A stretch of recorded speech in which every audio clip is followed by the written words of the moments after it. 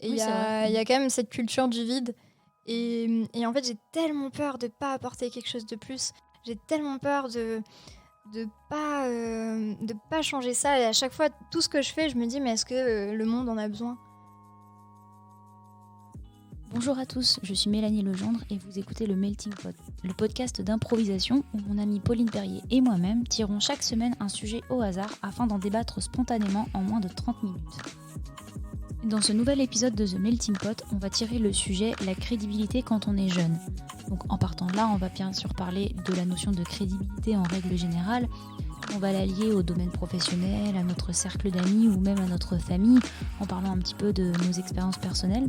On va également essayer de parler de l'origine de la peur de ne pas être crédible et des étapes qui nous ont été nécessaires ou bénéfiques au dépassement de cette peur. C'était un sujet encore très intéressant et on a pas mal divagué, vous allez voir. Mais si vous voulez approfondir un sujet ou si vous avez des questions concernant quelque chose ou un point qu'on n'a plus abordé dans l'épisode, n'hésitez pas à nous en faire part dans les commentaires et on tâchera d'y répondre le plus rapidement possible. Je tiens également à vous préciser que tout ce à quoi nous faisons référence dans cet épisode ou dans tous les autres épisodes de The Melting Pot est disponible dans la barre d'infos de cet épisode. Donc s'il y a un sujet que vous aimeriez approfondir ou qui vous intéresse, vous pouvez aller checker la description. Je vous laisse donc avec l'épisode de ce dimanche et je vous souhaite une bonne écoute.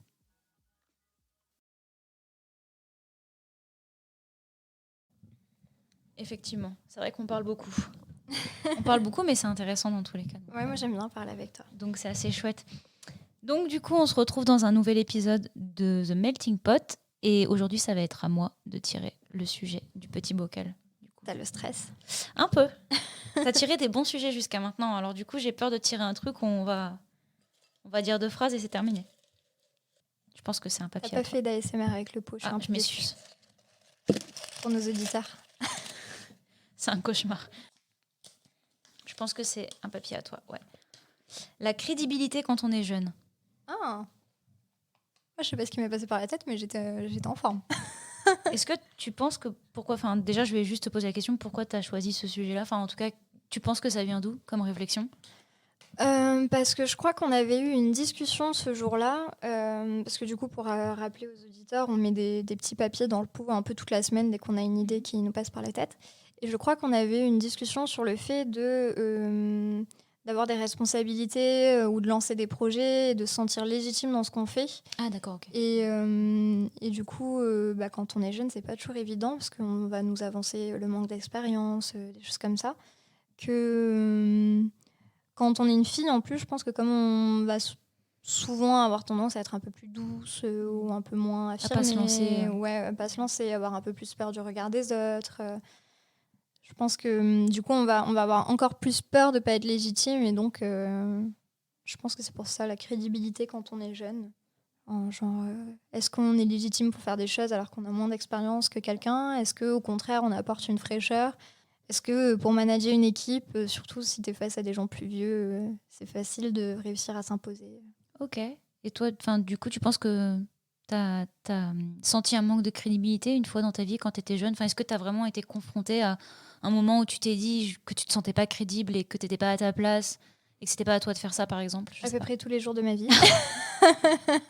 Bienvenue dans la tête de Pauline Perrier, un enfer, asseyez-vous. Exactement ça.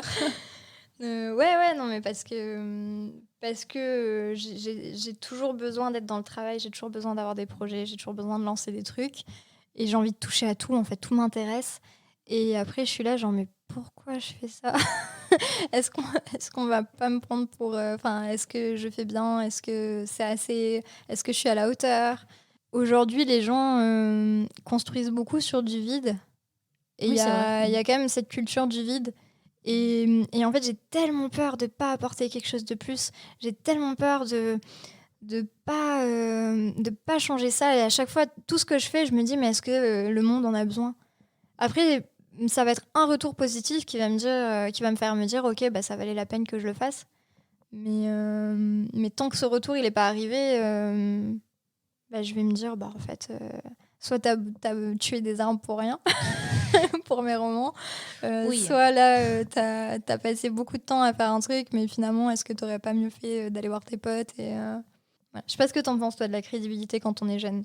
Alors, comme c'est assez large, moi, je pensais pas vraiment à la crédibilité dans des projets. Je pensais plutôt à la crédibilité que tu as quand tu prends la parole avec des gens plus âgés, quand tu veux t'exprimer sur un sujet et que tu te dis, j'ai peut-être pas le bagage, j'ai pas effectivement les années d'expérience qui fait que je me suis confrontée à tel ou tel sujet, tu vois, j'ai juste des informations, mais moi, je l'ai pas vécu. Et moi, je sais que c'est un truc qui me fait très peur quand je parle avec quelqu'un, où je sais que cette personne, elle a des informations que moi, j'ai pas. Et pourtant, le sujet m'intéresse. Je me dis, pour cette personne, je ne serais pas un interlocuteur crédible parce que moi, j'ai pas le même bagage, tu vois. Et ça, pour le coup, autant... Après, quand je vais vieillir, je sais pas si ça va être pareil avec des personnes encore plus vieilles, tu vois. C'est ce que j'allais dire, en fait. À quel moment on devient crédible ? À quel moment on acquiert, on se dit « Oh, bah là, j'ai passé 30 ans, allez, c'est bon. » Est-ce qu'on est crédible par une validation extérieure, tu vois ? Je pense que oui. Beaucoup. Mais du coup, quand j'étais jeune, et je pense que c'était au moment où, tu sais, où tu veux un peu t'affirmer, tu veux un peu faire le gars, la fille qui connaît tout. Et qu'on te fait des réflexions, de toute façon, t'es jeune, et tu te dis, ah, t'as une petite réalisation, et dire, c'est vrai que du coup, j'y connais rien, quoi. Mais je pense que parce que maintenant qu'on en parle, je me souviens de pourquoi j'ai mis le sujet. Plot twist. En fait, c'est parce que je ne suis pas crédible dans ce que je dis. Non, on avait eu la discussion, mais en fait, j'avais pensé à quelque chose que je veux amener maintenant. T'as vu ce teasing un peu ? Ça, c'était soft. Hein. Je pense que le fait qu'on ne se sente pas crédible quand on est jeune, c'est parce que quand on est enfant, et même ado, souvent les adultes nous remettent à notre place en disant « Mais toi, tu sais pas, tu verras plus tard. » Et à chaque fois, parfois, tu essayes d'apporter ta pierre à l'édifice. Donc, ça va être dans une conversation, ça va être en avançant des idées, parce que tu peux être ado ou même enfant et avoir ton opinion, en fait. Bien sûr. Et les adultes vont pas le prendre en compte, c'est un peu balayer ça d'un revers de main. Tu penses qu'ils font une erreur en faisant ça ? Parce que quelque part, ils essayent aussi que t'es pas... Je pense qu'il faut pas faire des enfants rois. Faut pas leur. Bien sûr, faut pas c'est ce que j'allais dire. Je pense non. que c'est un peu leur crainte, tu vois, de que tu t'exprimes pas sur tout et n'importe quoi, en fait, si tu savais tout. Je pense que. Mais après, personne vient avec un mode d'emploi et je pense que les adultes font ce qu'ils peuvent. Bien sûr. Et je pense qu'il y a vraiment un côté où on a tendance à considérer ce que disent les enfants un peu comme une mouche, tu sais, on envoie ça d'un revers de main un peu ailleurs, genre oui, c'est bon. C'est pas sérieux. Mais en fait, peut-être qu'en faisant ça, on n'apprend pas aux enfants à s'exprimer de manière intelligente aussi. Ou alors, on leur donne un manque de confiance qui va faire qu'ils vont avoir peur de s'exprimer. Et donc, on peut recadrer un enfant. Et après, j'ai pas d'enfant, donc c'est facile d'avoir l'air d'être l'adulte parfaite. Oui, c'est clair. Mais je pense... Alors oui, effectivement, l'enfant roi, c'est un gros problème. Et bien sûr qu'il faut poser des cadres et des limites et savoir dire non et savoir dire, bah là, t'as pas ton mot à dire. Parce que voilà. Mais je pense que juste... demander leur avis sur des choses un peu bêtes où tu sais que en fait tu leur donnes le choix entre deux choses en fait, deux choses où tu es ok avec. Et je pense que après je me permets de parler, mais j'ai fait énormément de babysitting pendant 3 ans tous les samedis matins, j'étais quand même beaucoup avec des enfants, donc je sais que c'était des choses où les gamins ça les aide à prendre confiance et c'est assez chouette. Et ça, en littérature, c'est quelque chose qui revient beaucoup, ce sujet, surtout en littérature jeunesse. Je pense aux Orphelins de Baudelaire. Donc, il y a la série, donc je pense que c'est une référence qui va parler à beaucoup de gens, mais c'est une série de livres, de 13 livres à l'origine. Et donc, en fait, c'est des enfants qui perdent leurs parents dans un incendie et qui doivent être mis à des tuteurs. Donc, il y a 13 livres, il y a 13 tuteurs, et dans le premier, c'est le comte Olaf, qui est un méchant, en fait, qui veut juste l'argent de la fortune de la famille. Et donc, il les met en danger, il essaye de les tuer pour récupérer la fortune. Et dans chaque tome, ils vont être placés chez d'autres... ils vont un peu fuir ce personnage. Voilà, ils vont être placés chez d'autres tuteurs pour lui échapper. Mais en fait, à chaque fois qu'ils disent... parce que le comte Olaf va se déguiser pour essayer de venir les tuer d'une manière ou d'une autre. Il va assassiner les tuteurs et tout ça. Très dur cette série de livres quand on y pense. Oui. mais du coup, à chaque fois que les enfants disent mais si, il est là, regardez, c'est lui, les adultes à chaque fois disent mais non, regarde, c'est le gentil monsieur machin. Oui, c'est vrai. Et à chaque fois, en fait... alors que c'est évident en plus. Et le narrateur a une grande part dans le récit. Et à chaque fois, il dit... il explique tous les mots compliqués aussi, comme si les enfants étaient un peu abrutis et qu'ils n'allaient pas... mais il y a vraiment un jeu là-dessus. Il est très cynique un peu. Oui, il y a vraiment un jeu là-dessus, l'air de dire de toute façon, les enfants, ils savent pas ça. Mais de toute façon, mes parents auraient écouté les enfants. Et c'est quelque chose qui revient aussi, je pense, dans Peter Pan, dans Les Enfants terribles de Jean Cocteau aussi. Il y a ce côté où les enfants, du coup, se font leur univers à part à chaque fois parce que les adultes les comprennent pas. Et qu'il y a cette barrière qui les empêche de communiquer avec. Et je pense que c'est quelque chose qui est quand même très présent dans l'enfant. Enfin, vraiment, dans le paysage littéraire, ça revient, quoi. Et je pense que c'est pour ça qu'on a des jeunes adultes qui ont un sentiment d'illégitimité, mais terrible. Et tiens, par rapport à ça, j'ai écouté un podcast, je sais pas si tu connais Fabrice Florent, qui était l'ancien directeur de Mademoiselle. Oui, il fait les histoires de succès. Ouais, Histoire de succès. Il a aussi un autre podcast qui s'appelle Histoire de Daron. Oui.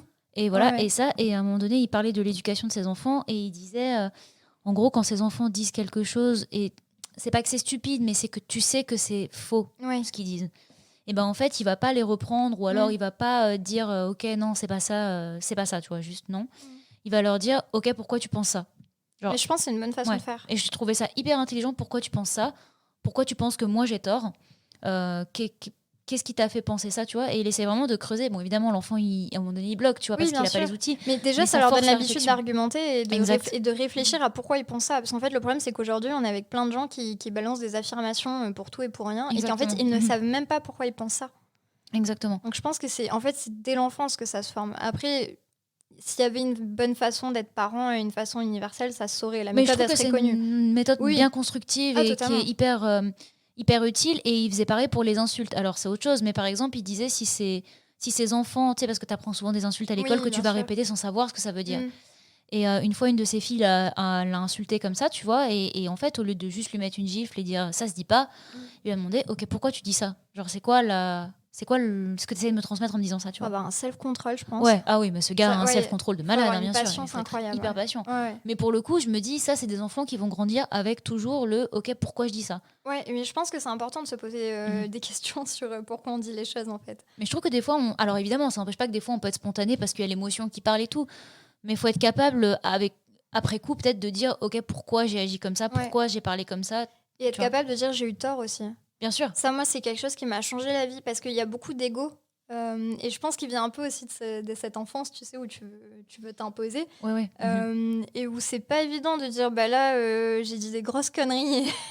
Et le jour où tu apprends à lâcher prise là-dessus et à te dire, bah non, j'ai eu en fait, tu avances tellement plus vite dans ta vie. C'est incroyable. Est-ce qu'il y a un moment... genre dans cet aspect un peu, quand tu parles et tu te sens pas crédible quand tu es plus jeune, est-ce qu'il y a eu un moment où tu as parlé et où tu t'es senti plus crédible, par exemple que tes parents ou que quelqu'un dont le jugement te faisait peur, où tu te sentais pas crédible auprès d'eux? Un jour tu as dit quelque chose et je sais pas, ils ont pas pu répondre ou... Moi ça m'est arrivé quand j'ai grandi, ça. Alors c'est un peu con, mais ça m'a... Je me dis que c'est une question intelligente. Non, ma réponse, le fait que je vais annoncer est un peu con. Ça m'est arrivé en fait il y a pas longtemps. Et j'en ai fait une chronique à la radio d'ailleurs. Mais c'est un moment où je parlais d'un sujet que je venais découvrir. J'avais vraiment à peine effleuré le sujet, donc je ne suis pas du tout une experte là-dedans ou quoi.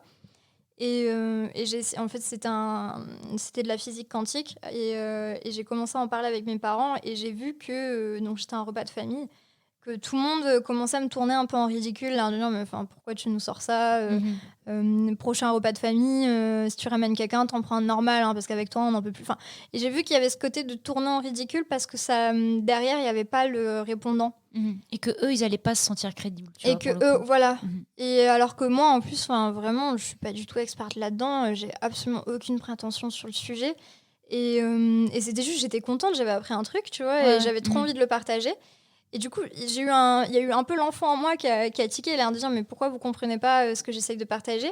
Et avec le recul derrière, de me dire en fait c'est juste que là, ça les a mis à quelque chose qui les intéresse pas et à quoi ils n'ont pas envie de s'intéresser.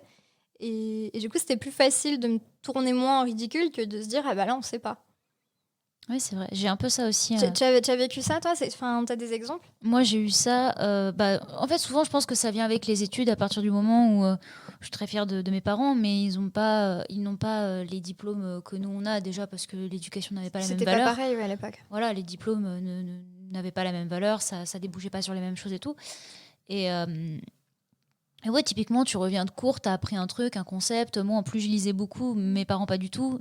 Ils savent lire, hein, c'est pas la question. Non, mais c'est juste, c'est pas un intérêt qu'ils ont. Il n'y a pas d'appétence pour la lecture. Ouais. Voilà, et puis quand ils étaient plus jeunes et que nous c'est un loisir, eux, ils avaient vraiment d'autres choses à faire, littéralement. Non, mais déjà, rien que nos parents, ils nous ont eu. Enfin, je sais pas les tiens, mais moi, ma mère, elle m'a eu à 25 ans, je crois, et mon frère à 22. Ah, ma mère, 26, aussi. Ouais, voilà. Enfin, nous, on a des âges où on a peut-être accompli plein de choses au niveau de la carrière, mais à côté, l'époque, ils avaient des préoccupations plus triviales, quoi. Enfin, il y avait des gamins à faire manger, fallait avoir son taf, et je pense qu'ils se posaient pas les questions qu'on se pose, quoi.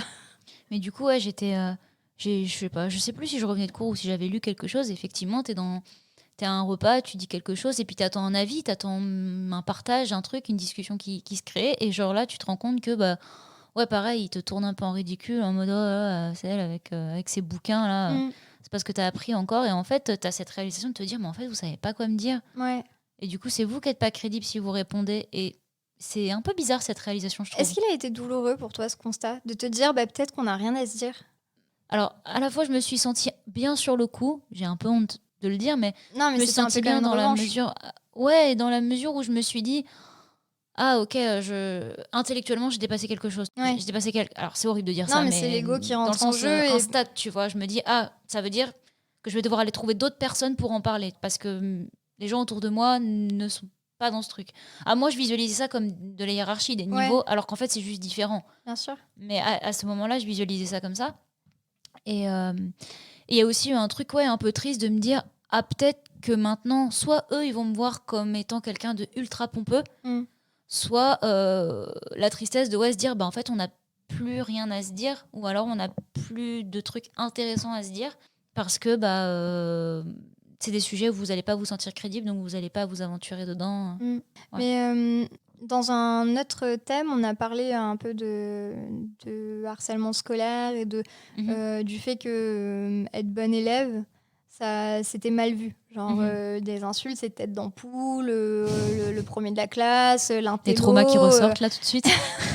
Non, mais du coup, est-ce que tu penses pas qu'il y a un côté des parents où ils se disent, peut-être que si en connaissant leur gosse, en se disant il a peut-être déjà un peu souffert en étant bon élève ou des choses comme ça, et en se montrant très crédible dans certains domaines, peut-être que si on essaye d'atténuer un peu ça, on va le rendre un peu comme nous, et finalement il va peut-être mieux s'intégrer.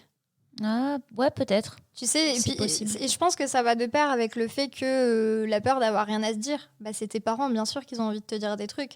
Et du coup, peut-être qu'en essayant de casser un peu ça, ils essayent de te garder dans leur cercle, en fait. Dans cette dynamique où ça peut fonctionner et où il n'y a pas ce fossé. Toi, tu l'as senti comme ça Ouais, moi je pense que c'est injuste. En fait, on parle pas forcément le même langage sur certains domaines. Et j'ai encore besoin d'eux pour plein de trucs. Enfin, moi, clairement, j'ai besoin d'un truc, j'appelle mes parents, quoi. Enfin, parfois, je suis malade, j'appelle ma mère, quoi. Mon moteur me lâche en pleine campagne, je vais appeler mes parents alors que je ferais mieux de chercher un garagiste. Enfin, oui, c'est pour ça que je te disais que je visualisais ça comme une hiérarchie. Je suis devenue plus intelligente que quelqu'un, alors qu'en fait, non, c'est juste que j'ai des connaissances différentes maintenant. Oui, c'est ça. C'est un peu ça. Moi aussi, il y a un truc qui pète chez moi, j'appelle mes parents. C'est ce que je disais, je pense qu'en fait, nous, on peut se permettre, parce qu'on a fait plus d'études, parce que notre vie familiale va démarrer plus tard que celle de nos parents et tout, on peut se permettre d'avoir un peu ces réflexions-là. Et puis, je pense que c'est des sujets, parce qu'en fait, des gens dans notre lycée qui ont des gamins et tout, il y en a maintenant. Mais c'est juste qu'en fait, on a des vies qui sont différentes. Eux, à notre âge, justement, ils avaient ces compétences techniques et ce savoir-faire-là que nous, on n'a pas forcément, parce qu'on est assez déconnecté de beaucoup de réalités. Avec notre génération, on est très, très Internet, très machin, mais il y a beaucoup de choses qu'on ne sait pas faire. Et moi, du coup, c'est des choses que j'essaye d'apprendre.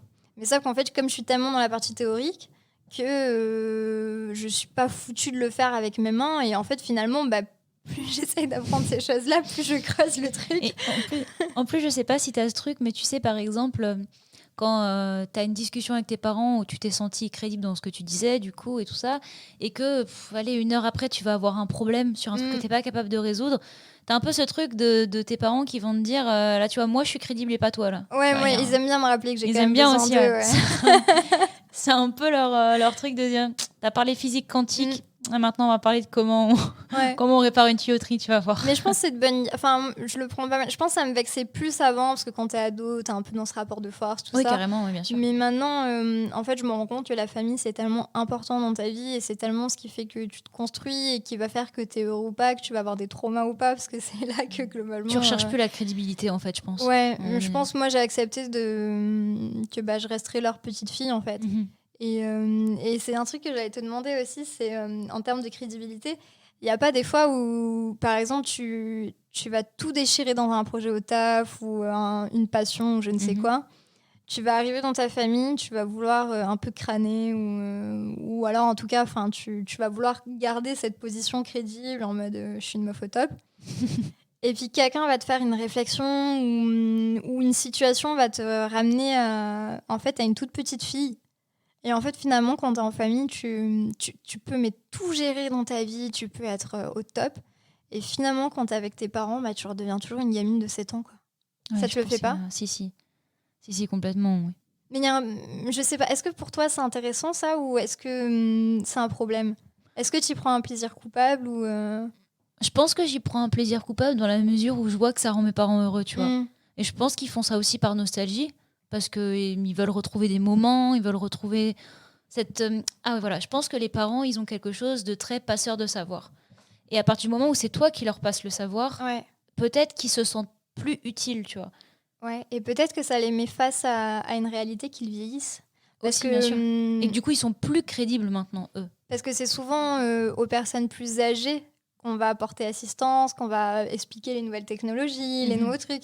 Je pense que du coup, ça les met un peu dans cette position de faiblesse, en fait, de vulnérabilité. Du coup, pour moi, c'est un petit plaisir coupable, parce que ça me fait plaisir et je me dis, ouais, tu vois qu'ils se disent, ok, je suis encore le parent, je peux encore t'apprendre des choses, tu vois, tu sens que c'est important pour eux. Et oui, je pense qu'ils se sentent plus crédibles et du coup, ils se sentent peut-être un peu ridicules, tu vois. Bien sûr. Mais je pense que, en fait, du moment que tu as compris que c'était la dynamique d'une famille, tout se passe bien. Nous, autant, je pense, on sera des grands-parents qui n'auront pas vécu. Eux, ils ont vécu la guerre, tu vois. Enfin, ils ont vécu des trucs. Mais on a vécu la Covid, hein. Ouais, mais tu l'as vécu dans ton canapé avec Netflix, tu vois. Moi, ma grand-mère, quand elle me raconte les avions qui passaient au-dessus de la maison et tout, je me dis... Les tranchées, tu te fais ouf, c'est un délire. Ouais, non, les tranchées, ça va, mamie, elle n'y était pas, mais... Ah oui, non. Ma grand-mère, quand elle était toute petite, elle s'est cachée dedans. Ouais, elle est sortie au dernier moment, d'ailleurs. Ouais, mais je pense que tu avais les abris et tout. Moi, elle me racontait... Mais bon, nous, on n'est jamais sortis en courant dans notre jardin pour aller s'abriter dans un truc, tu vois. Nous, on allait se faire vacciner. Elle me racontait quand tu devais éteindre la lumière parce qu'il y avait les avions qui passaient au-dessus de la maison et que tout le monde se cachait sous la table et que tu avais mal au bide parce que tu étais flippé comme pas possible. Enfin, c'est des trucs, tu te dis, pour nous, c'est inconcevable, quoi. Donc, c'est pour ça que j'aime beaucoup les personnes âgées aussi. Puis en plus, les personnes âgées, en fait, je pense que c'est plus quand t'es adulte. Enfin, t'es adulte quand t'es personne âgée, mais quand t'es dans ta phase... Il n'y a pas de nom, en fait, pour ça, d'ailleurs, t'as vu ? T'es enfant, t'es ado, t'es personne âgée, et au milieu, t'es adulte, mais comme si t'étais plus un adulte quand t'es âgé. Oui, c'est vrai. Tu vois, il n'y a pas de mot. Mais du coup, les personnes âgées, elles donnent plus de crédit, je trouve, aux jeunes, pour avoir été en EHPAD et tout. Je sais que tu as bossé aussi, même si tu as eu moins le côté échange, parce que tu étais beaucoup dans le rush du job. Mais les personnes âgées, elles félicitent beaucoup les jeunes. Elles sont toujours là, ils sont merveilleux. Ouais, c'est vrai. C'est vrai, vous avez tellement de trucs à gérer, vous avez tellement de trucs à faire. Puis comme ils comprennent pas notre job, tu vois, tout ce qui est lié au web et tout, pour eux, c'est du chinois. C'est lunaire. C'est ça, Est-ce que tu as, c'est un peu ma dernière question, est-ce que tu as un outil qui t'a aidé à te sentir crédible ou quelque chose qui t'a aidé à te sentir crédible à des moments où peut-être tu te disais, peut-être je suis ridicule dans ce que... Là, je reprends l'idée plus globale de dans ce que je fais, mon travail, ma vie, tout ça. Est-ce que tu as un truc, quelque chose qui t'aide à te dire, non, je suis crédible, ça va, ok, faut que j'arrête de me déprécier comme ça. Pour moi, c'est vraiment passé par la vie. D'accord, bon, et bien ce sera tout. Voilà, un super concept. Non, pour moi, c'est vraiment passé par la validation. D'accord. Je me rends compte qu'en fait, pour me détacher de tout ça, j'ai eu besoin de passer par là. Et ça a été toujours le cas ? Maintenant, ça va parce que je suis à l'aise. Parce que ta propre validation, c'est plus important au final. Maintenant, oui. En fait, je pense que le fait d'avoir créé ma boîte et d'avoir une boîte qui marche et maintenant d'employer des gens et tout ça, de me dire, en fait, au début, j'avais très très peur. J'étais terrorisée à l'idée de manager des gens. Tu penses que tu n'étais pas crédible dans ce rôle ? Je répète parce que c'est vraiment l'idée que je veux. En fait, j'avais peur de ne pas être bonne dans ce que j'allais faire, de me dire, je vais donner des conseils. Que les gens n'allaient pas te prendre au sérieux parce que. En fait, c'est pas évident quand tu dois recadrer des gens. Je suis gentille avec toi parce que je veux être quelqu'un de positif pour toi et j'ai pas envie d'être une connasse qui te crie dessus quand tu fais quelque chose de pas bien. Mais il faut aussi que tu prennes au sérieux que là, si tu suis pas mes consignes, ça va pas fonctionner ce que tu es en train de faire. Je sais que si c'est pas recadré, ça va être mal fait et que ça peut vraiment nuire au projet. C'est très difficile d'être crédible, surtout quand tu es jeune et que tu as un tempérament qui est pas du tout dans le recadrage. Moi, j'ai l'inverse, tu vois. Donc, le problème de crédibilité, moi, je ne l'ai pas vraiment en tant que personne qui dirige. Je l'ai plutôt en position de personne qui va aller proposer des projets à un supérieur, par exemple, où je ne vais pas me sentir crédible dans la mesure où je vais me dire peut-être que je n'ai pas les outils, peut-être que je n'ai pas les connaissances que va avoir le supérieur, ou lui, il va voir les barrières de mon projet, et moi, je ne les vois peut-être pas. Du coup, peut-être que je ne vais pas avoir l'air crédible, c'est le mot. Et ouais, moi, c'est plutôt dans ce sens-là que je l'ai. Et est-ce que tu penses que si on te donnait un projet rien qu'à toi ou une position plus décisionnaire, est-ce que tu penses que cette peur de manque de crédibilité, elle partirait? Je pense qu'elle serait un peu atténuée dans la mesure où je me dirais, ok, si on me le propose, c'est peut-être qu'il y a une raison. Tu te sentirais validée. Ah oui, on y revient. Donc en fait, je pense qu'on se sent crédible quand on est validé. Quand tu as des gens qui t'ont assez dit là c'est bien, ou qui t'ont fait confiance pour te mettre dans des positions de pouvoir, ou quand toi-même tu arrives à te dire là c'est bon, regarde ce que tu as fait. Mais ça c'est dur. Hein. Je pense que se détacher de la validation, en fait je pense que l'auto-validation c'est vraiment la résolution de ce problème de crédibilité. Parce qu'à du moment où tu es capable de te dire ok je suis crédible et tu n'as besoin d'absolument aucune autre preuve pour le penser. Ouais, mais est-ce que c'est pas ça soulève peut-être d'autres questions. S'auto-valider, moi je pense que c'est quand même très soumis le jour où quelqu'un... En fait c'est très soumis au fait que personne va réagir en face. Le jour où quelqu'un te met un taquet dans le visage... je pense que faut avoir de sacrées ressources. À mon avis, je dis pas que tu reviens pas sur ton niveau d'apaisement, mais je pense que tu dois, à chaque fois, c'est comme un bon uppercut, quoi. Tu dois avoir un moment de... tu te valides et quelqu'un va dire bah non. Ouais. Et là, t'as intérêt d'avoir aussi un sacré, une sacrée capacité à t'en foutre de la vie des autres. Quoi. Mais là, tu n'avances plus. C'est ça, en fait. Mais je pense que c'est le secret, en fait. C'est que pour être crédible, il faut faire.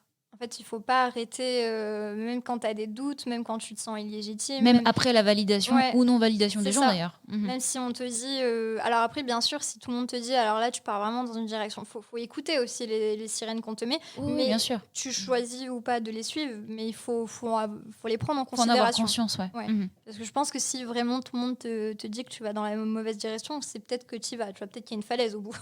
Peut-être que tu l'as juste pas vu, toi. Tu as raté le panneau et... Mais je pense que le secret pour se sentir crédible, c'est juste de faire, d'essayer de ne pas s'arrêter. Et je pense que c'est pour ça aussi qu'on a un petit problème avec le travail. C'est parce que si tu t'arrêtes, tu prends le temps de réfléchir à ce que tu fais et de te dire, mais peut-être qu'en fait... Ah oui, d'accord, ouais. C'est un peu une façon déguisée de ne pas affronter ce truc de crédibilité. Tant que tu es en train d'avancer, tu ne regardes pas en arrière, quoi. Tu regardes pas ce qui a été fait, tu regardes pas si c'est bon, si c'est pas bon, tu te concentres juste sur le fait de donner le meilleur de toi sur le prochain projet. Et c'est peut-être comme ça qu'en fait t'acquiers ta crédibilité, parce que tu essayes tellement tout le temps de faire quelque chose de nouveau, de faire quelque chose où t'es le meilleur. Je sais pas ce que t'en penses. Non, je suis plutôt d'accord avec toi, que quand tu prends le temps de te poser... moi j'aimerais bien trouver un entre-deux, tu vois. Bien sûr, prends le temps de prendre la validation des autres et de me dire ok, mais qu'est-ce que moi j'en pense aussi, de faire un peu avec tous les ingrédients. Et puis de continuer à avancer, oui, je pense qu'à partir du moment... Est-ce que finalement, à terme, quand tu trouves cet équilibre et que tu acceptes que c'est en continuant d'avancer et que tu ne regardes pas en arrière, tu ne te préoccupes pas trop finalement du résultat, est-ce que c'est pas comme ça qu'on arrive à l'auto-validation? Ah, une fois tu me poses des cols. Mais oui, je pense au final. Puisque c'est toi qui décides d'avancer encore. Ouais. C'est pas quelqu'un qui t'a dit ok, ça c'est bon, tu peux avancer. Tu t'es pas posé la question. Ouais. T'as pris la validation de la personne, mais toi t'as continué, tu vois. C'est ça. Dans tous les cas, tu serais allé de l'avant. Ouais. Et du coup, si tu devais conclure ce sujet, tu dirais quoi? Déjà, je pense que ne pas se sentir crédible, en fait, il faut juste l'accepter. Accepter qu'effectivement, des fois, on ne sait pas tout sur tout. Et qu'au final, la meilleure façon d'évoluer dans ce truc-là, c'est de faire des choses. Et puis, effectivement, de se prendre des taquets et après de se dire, ok, c'est pas parce que je me prends un taquet que mon avis à moi, il n'est pas important. Dans tous les cas, je continue. Les taquets, ils vont me servir à ce que lorsque je vais continuer à faire les choses d'une meilleure façon, et au bout d'un moment, je vais peut-être plus avoir besoin de cette validation. Ou alors, en tout cas, ma validation à moi sera plus importante que la leur, je pense. En fait, je pense que la crédibilité, c'est exactement ça. C'est, tu l'acquiers quand tu acceptes qu'en fait, tout le monde a un avis différent sur les choses, que tout le monde a une façon de faire et de voir. Et que juste tu l'acceptes et que tu acceptes que toi t'as la tienne. Exactement. Et que c'est pas parce que c'est la tienne qu'elle est moins bien que les autres. Et qu'à partir du moment où t'as cette arme-là pour faire des choses et réaliser des projets et avancer, tu deviens crédible. Je pense que c'est ça. On peut conclure sur ces belles paroles. C'est une belle conclusion. C'était un bon sujet, moi j'ai bien J'ai aimé. beaucoup aimé, ouais. Je l'ai trouvé assez intéressant. Très fière de moi. Parce que les autres, ils étaient pas ouf. Enfin, si, le tien était très bien. Si vous avez écouté cet épisode jusqu'au bout, déjà merci. Et si vous avez aimé cet épisode, n'hésitez pas à vous abonner à The Melting Pot via votre application de podcast préférée et à nous laisser 5 étoiles et un petit commentaire sur Apple Podcasts. Ça nous aiderait beaucoup. À la prochaine!